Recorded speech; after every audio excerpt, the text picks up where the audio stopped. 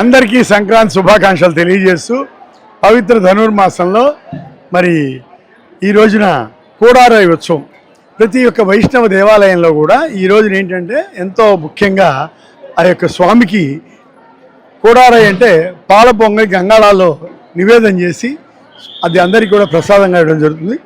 ఇది మనం ఒక గత 3-4 సంవత్సరాలుగా సామూహికంగా అంటే కొత్త సంవత్సరం వచ్చింది, కొత్త బియ్యం వచ్చినాయి, మనం ఇళ్లలో కూడా పొంగలు పెట్టుకుంటాం. ఇది అందరం కలిసి చేయాలి అనే భావంతో అర్చకులు చేస్తారు, అది అర్చకులు నివేదన పెట్టిస్తారు. ఇది మనం అందరం కలిసి వేడుకగా చేసుకోవాలనే ఆలోచనతో వచ్చి ఇన్ని చేస్తున్నాము. దీనికి పాల్గొన్న ప్రతి ఒక్కరికి కూడా ఆ భగవద్ అనుగ్రహం లభించాలని, అట్లాగే ఇక్కడ పాల్గొన్న ప్రతి ఒక్కరికి కూడా మరీ సంక్రాంతి శుభాకాంక్షలు తెలియజేసుకుంటూ శ్రీ వాసవి కన్యకా పరమేశ్వరి దేవస్థానం గురువారం తెనాల్లో వేంచేసి ఉన్న శ్రీ రమాసహిత సత్యనారాయణ స్వామి వారి యొక్క ఆలయంలో ఉన్నటువంటి సత్యనారాయణ స్వామికి ఈరోజు మనం కూడారాయి ఉత్సవం జరపడం జరిగింది.